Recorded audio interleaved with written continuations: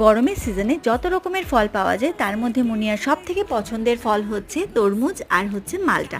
আজকাল মালটা খেতে ভীষণ পছন্দ করছে, আর তরমুজ তো ওর বরাবরেরই প্রিয় একটা ফল।